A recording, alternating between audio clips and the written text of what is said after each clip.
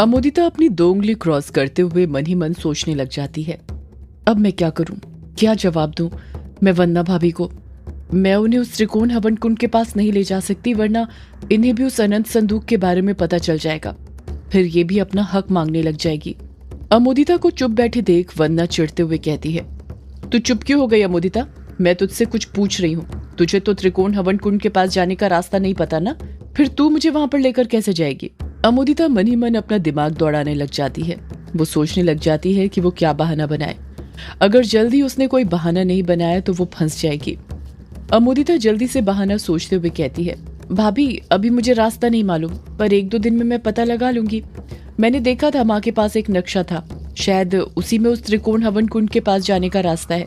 आप चिंता मत कीजिए, आप जानती है ना मैं कितनी चालाक हूँ, मैं आपको वहां पर ले चलूंगी। वंदना अमोदिता को मना करते हुए कहती है, नहीं नहीं रहने दे, इसकी कोई जरूरत नहीं है, मैं खुद ही रजनी से उस हवन कुंड के बारे में पूछ लूंगी।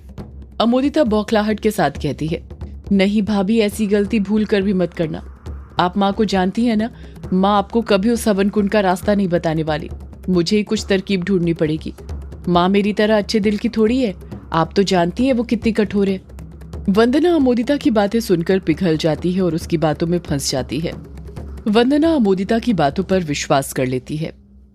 वंदना अमोदिता की बात से सहमत होते हुए कहती है, ठीक है, मैं रजनी से इस बारे में कुछ नहीं पूछूंगी, पर उसके लिए तुझे मुझे जल्द से जल्द वहां ले जाना पड़ेगा। तेरे पास सिर्फ 2 दिन का वक्त है, जल्दी उस नक्शे के बारे में पता कर। अमोदिता मन ही मन सोचने लग जाती है, ये सौदाइनी 2 ही दिन का वक्त क्यों देती हैं? जब देखो पिछली बार माँ ने भी 2 दिन का ही वक्त दिया था, और अब ये वंदना भाभी ने भी बस 2 दिन का ही वक्त दिया है। वंदना अमोदिता को घूरते हुए उससे पूछती है, क्या सोच रही है अब तू? अमोदिता बात को छुपाते हुए कहती है, कुछ नहीं भाभी, बस प्लानिंग बना रही थी मैं माँ से नक्शा चुराने का। मैं अपने कमरे में जाकर प्लानिंग बनाती हूँ, अकेले में मेरा ज्यादा अच्छे से दिमाग चलता है। इतना कहकर अमोदिता वहां से जल्दी जल्दी जाने लग जाती है। अमोदिता बाहर की तरफ अपने कदम बढ़ाते हुए मन ही मन सोचती है, अगर ये उल्लू की हड्डियां राख में बदल गई तो कल रात माँ ने भी तो वो तितली और चमगादड़ के पंख लिए थे हवन कुंड में से, कहीं वो भी तो राख नहीं हो गए।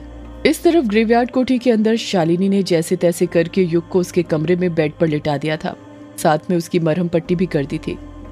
युग के सिर पर सफेद पट्टी बंधी थी। इस वक्त युग बेहोश था और शालिनी फर्श पर बेड के पास बैठी हुई थी, जो युग के पैरों के तलवों में हल्दी का लेप लगा रही थी। बांस के अंगारों पर चलने के कारण युग के पैरों में छाले पड़ गए थे।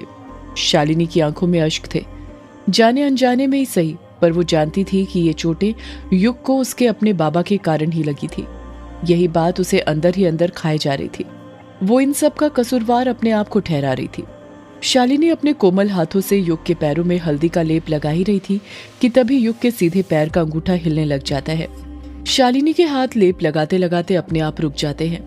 शालिनी की आंख से आंसू की एक बूंद निकलती है, जो सीधे युग के अंगूठे पर जा गिरती है, और उसी वक्त युग धीरे से अपनी आंखें खोल देता है। युग को होश आ गया था। शालिनी रुंधे स्वर में युग से पूछती है, आपको होश आ गया युग जी? आप ठीक है? युग लेटे लेटे ही शालिनी की तरफ देखते हुए कहता है, हाँ शालिनी मैं ठीक हूँ, पर तुम मेरे पैरों के पास बैठकर क्या कर रही हो? शालिनी कुछ जवाब नहीं देती है, फर्श पर ही बैठी रहती है। युग का सिर दुखने लग जाता है। उसे याद आने लग जाता है कि वो कैसे बेहोश हुआ था, उसे कैसे सिर पर चोट लगी थी। युग को याद आता है कि एक काली पोशाक वाले आदमी ने उस पर हमला किया था, जिस कारण वो बेहोश हो गया था। उसे बस ये याद नहीं था कि शालिनी ग्रेवयार्ड कोठी से बाहर निकल कर आई थी और उस आदमी से बातें कर रही थी। युग बौखलाहट के साथ कहता है, शालिनी वो आदमी शालिनी आदमी। युग ने इतना ही कहा था कि तभी शालिनी तुरंत फर्श पर से उठती है और युग के पास जाकर उसके सिर पर हाथ फेरते हुए कहती है, यहाँ कोई नहीं है युग जी, आप शांत हो जाइए, यहाँ पर कोई आदमी नहीं है। शालिनी के माथे पर हाथ फेरने के कारण युग शांत हो जाता है, पर वो अभी भी धीमी आवाज में वो आदमी बड़बड़ाए जा रहा था। अभी युग शांति हुआ था कि तभी वहां पर अभिमन्यु आ जाता है और युग की ऐसी हालत देखकर हक्का बक्का रह जाता है। अभिमन्यु भी घबरा जाता है। कैसे न घबराता, आखिर युग उसके दिल के सबसे करीब जो था। अभिमन्यु शॉक्ड होते हुए कहता है, कि युग को क्या हो गया? युग तू ठीक तो है? युग कुछ जवाब देता उससे पहले ही शालिनी बोल पड़ती है, हाँ अभिमन्यु, युग जी ठीक है अब। अभिमन्यु युग को ऊपर से लेकर नीचे तक देखते हुए कहता है, युग की ऐसी हालत कैसे हुई शालिनी? तुम बताओगी ये सब कैसे हुआ? शालिनी अपनी घबराहट छुपाते हुए जवाब देती है, युग जी पर हमला हुआ था। अभिमन्यु झट से गुस्से के साथ पूछता है, किसने किया था हमला? शालिनी तुरंत जवाब देती है, उसी आदमी ने अभिमन्यु जिसने इससे पहले भी युग जी पर हमला किया था। अभिमन्यु कुछ सोचते हुए शालिनी से पूछता है, जिस वक्त युग पर हमला हुआ उस वक्त तुम कहाँ थी शालिनी? शालिनी हिचकिचाते हुए कहती है, मैं किचन में थी, अपने लिए और युग जी के लिए चाय बनाने आई थी। मैं चाय बना ही रही थी कि तभी मुझे युग जी के चीखने की आवाज सुनाई दी, और जब मैं बाहर आई तो देखा एक काली पोशाक वाला आदमी युग जी पर हमला कर रहा था। जैसे ही उसने मुझे देखा वो वहां से भाग गया। अभिमन्यु हैरानी के साथ पूछता है, वो काली पोशाक वाला आदमी तुम्हें देखकर क्यों भाग गया शालिनी? शालिनी ना में अपना सिर हिलाते हुए जवाब देती है, पता नहीं, मुझे नहीं पता वो आदमी मुझे देखकर क्यों भागा। अभिमन्यु मन ही मन सोचने लग जाता है, अजीब है, वो आदमी उसी वक्त युग को मार सकता था। शालिनी इतनी ताकतवर नहीं है कि उस आदमी का सामना कर पाती, फिर वो शालिनी को देखकर क्यों भागा? अभिमन्यु शालिनी पर शक करते हुए पूछता है, तुमने हमें फोन करके ये सब क्यों नहीं बताया शालिनी?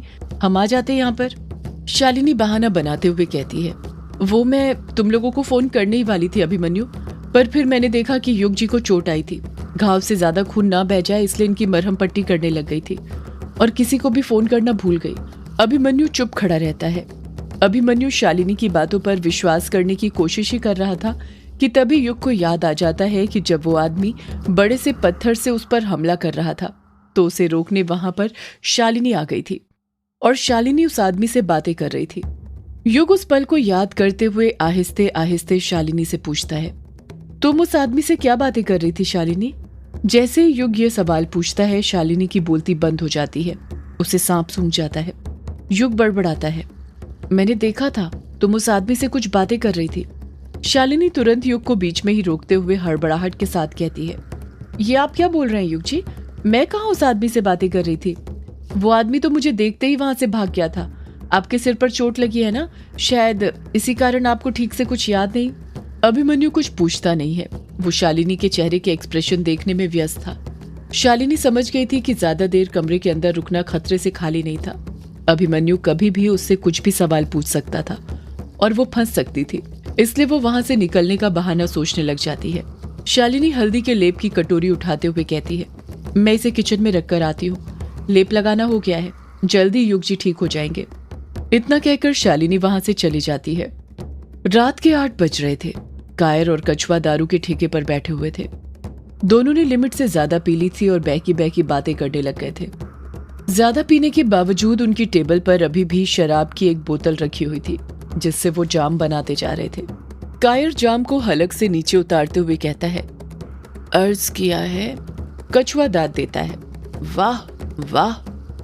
कायर आगे कहता है, वो कहती है हम बहुत खराब हैं। वो कहती है हम बहुत खराब हैं। जब देखती हमारे हाथों में शराब है। कछुआ फिर दाद देता है, वाह वाह। कायर कहता है, वो क्या अंदाजा लगाएंगे हमारे गम का। वो क्या अंदाजा लगाएंगे हमारे गम का, जिन्हें दिखते नहीं मेरी आंखों के सैलाब हैं।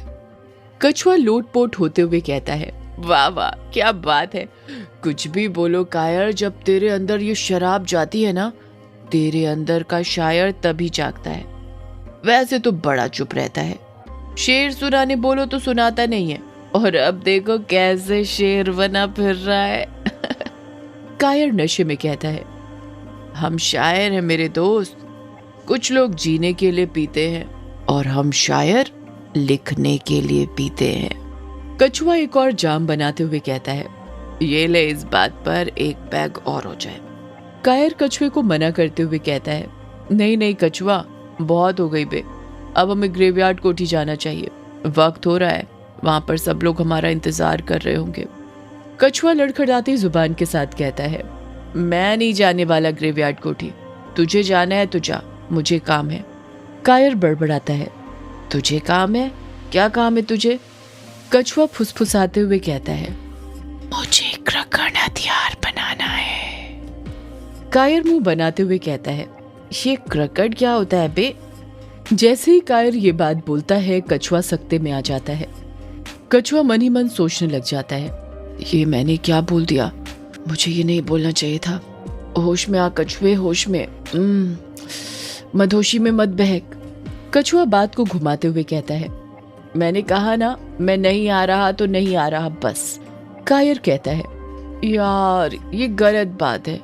तूने कहा तुझे ग्रेवयार्ड कोठी जाने से डर लग रहा है और तेरा डर निकालने के लिए मैंने तुझे शराब पिलाई, और तू है कि अभी भी चलने से मना कर रहा है। तू कितना फट्टू है बे, डर रहा है यक्षिणी से। कछुआ अकड़ते हुए कहता है, मैं किसी से नहीं डरता, समझा? तू जानता नहीं है कौन हूं मैं।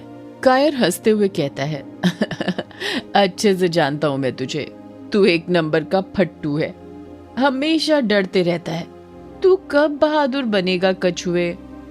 कछुआ बड़बड़ाता है, मुझे बहादुर बनने की जरूरत नहीं है, मैं पहले से बहुत बहादुर हूं, समझा तू? कायर फिर कछुए के मजे लेते हुए कहता है, तेरी बहादुरी तो तभी दिख जाती है जब तू वर्चस्विनी जी के सामने जाता है। तेरी हवा टाइट हो जाती है। पीठ पीछे तो बड़ा बोलता फिरता है कि मैं अपनी वर्चू से बहुत प्यार करता हूँ, पर कभी आज तक उससे ये बात बोली है? उसे तो पता भी नहीं है कि तू उससे प्यार करता है। कछुआ एकदम शांत हो जाता है। कायर ने उसकी बोलती बंद कर दी थी। कायर कछुए को और उकसाते हुए कहता है, तू एक नंबर का फट्टू है कछुए, और आज तू ये बात कबूल कर ले, तू डरता है यक्षिणी से भी और वर्चस्विनी से भी। कछुए को कायर की बात सुनकर गुस्सा आने लग जाता है। कायर बोलता है, तू एक नंबर का डरपोक इंसान है, डरपोक। कछुए के कानों में कायर की यही बात गूंजने लग जाती है, तू एक डरपोक इंसान है, डरपोक डरपोक। कछुआ जाम को अपने गले से नीचे उतारते हुए भारी आवाज में कहता है, चल। कायर बड़बड़ाता है, तो कब से कह रहा हूं चलने का, तू ही नहीं चल रहा, चल ग्रेवयार्ड कोठी। कछुआ जाम के गिलास को कसकर दबाते हुए कहता है, ग्रेवयार्ड कोठी नहीं कायर। कायर हैरानी के साथ कहता है, तो फिर कहां? कछुआ कुर्सी पर से उठते हुए कहता है, वर्चू जी के घर। कायर शॉक्ड होते हुए कहता है, तू पागल हो रहा है क्या? तुझे पता है ना तू क्या बोल रहा है? कछुआ अपनी बात पर अड़े रहते हुए कहता है, मुझे पता है मैं क्या बोल रहा हूँ, पर शायद तू समझ नहीं पा रहा है। आज तुझे पता चल जाएगा कछुआ कितना बहादुर है। कायर कछुए को ऊपर से लेकर नीचे तक देखते हुए कहता है, तुझे चढ़ गई है कछुए, तू होश में नहीं है। कछुआ गुस्से के साथ कहता है, मैं अपने पूरे होश में हूं कायर, आज मैं अपनी वर्चू से अपने प्यार का इजहार करके ही रहूंगा। कछुए की बातें सुनकर कायर घबरा जाता है। कायर कछुए को फिर समझाते हुए कहता है, तुझे पता है ना वर्चस्विनी जी की एक बेटी भी है? कछुआ कहता है, हाँ मुझे पता है, और ये भी पता है कि वो अपनी बेटी से बहुत प्यार करती है, पर उससे कहीं ज्यादा प्यार मैं भी उनसे करता हूँ। मैं अपनी वर्चू को उनकी बेटी के साथ अपनाने के लिए तैयार हूँ।